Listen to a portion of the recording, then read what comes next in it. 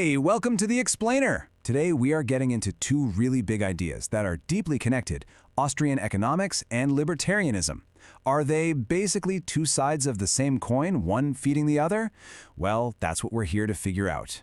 But first, let's just start with a massive question, one that sits underneath everything else. Who gets to decide how society works? I mean, should there be a master plan, maybe drawn up by the smartest people in the room? Or does a better society just emerge from the choices that millions of us make every single day? It's a huge question, so just keep it in the back of your mind as we go. To even start to answer a question like that, we've got to understand these two powerful frameworks. One is a political philosophy. It's all about what it means to be free. The other is a school of economic thought that tries to explain how a society of free people can actually function and prosper. So first up, libertarianism. At its core, it's a political philosophy built on one central goal: maximizing individual liberty. This whole idea rests on a few key pillars, right? You've got private property, you've got voluntary exchange, and then there's the big one, the non-aggression principle, or the NAP.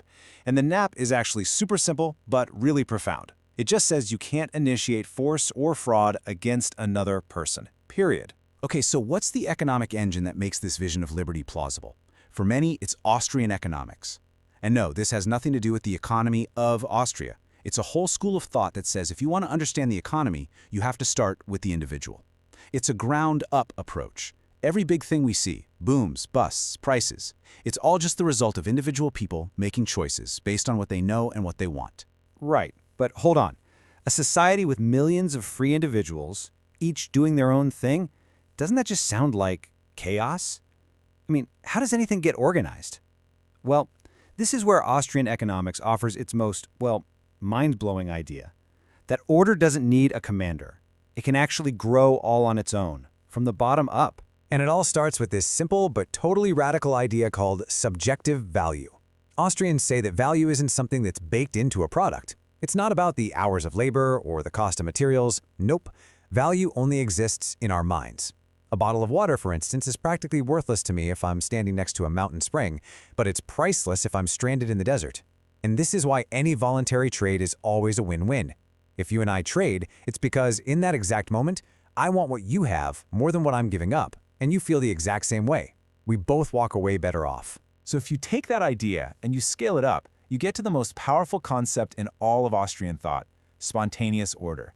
It sounds kind of fancy, but it's this almost magical idea that incredibly complex, beautiful, useful systems can just emerge, all by themselves, with no boss, no blueprint, and no central committee. Here's a super simple way to think about it.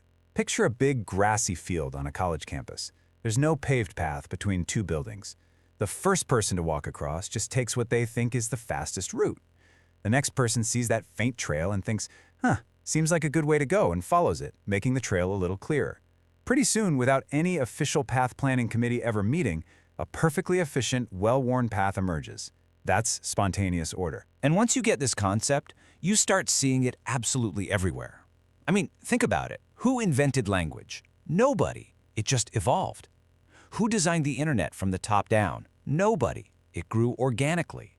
And maybe the greatest example of all is market prices. They're like this global nervous system, constantly sending signals about what's scarce and what's abundant, and nobody is in charge of it. It just works. So if these amazing, complex systems can just grow on their own, what happens when we try to step in and engineer them instead? Well, that question gets us right to the heart of the Austrian critique of government intervention in central planning. This quote from the economist F.A. Hayek just nails it, doesn't it? He's saying that the central planner, no matter how smart they are, no matter how good their intentions, they face this one giant impossible problem. They just can't know enough. Hayek called this the knowledge problem. See, a market is this incredible system for using the knowledge of everyone. Every local preference, every little shortage, every new idea, it all gets communicated instantly through prices. A central planner, on the other hand, is basically flying blind. They've only got a tiny and usually outdated snapshot of what's really going on. That's why planned systems are almost always so slow, so clunky, and so bad at adapting. And this critique goes directly for institutions like central banks.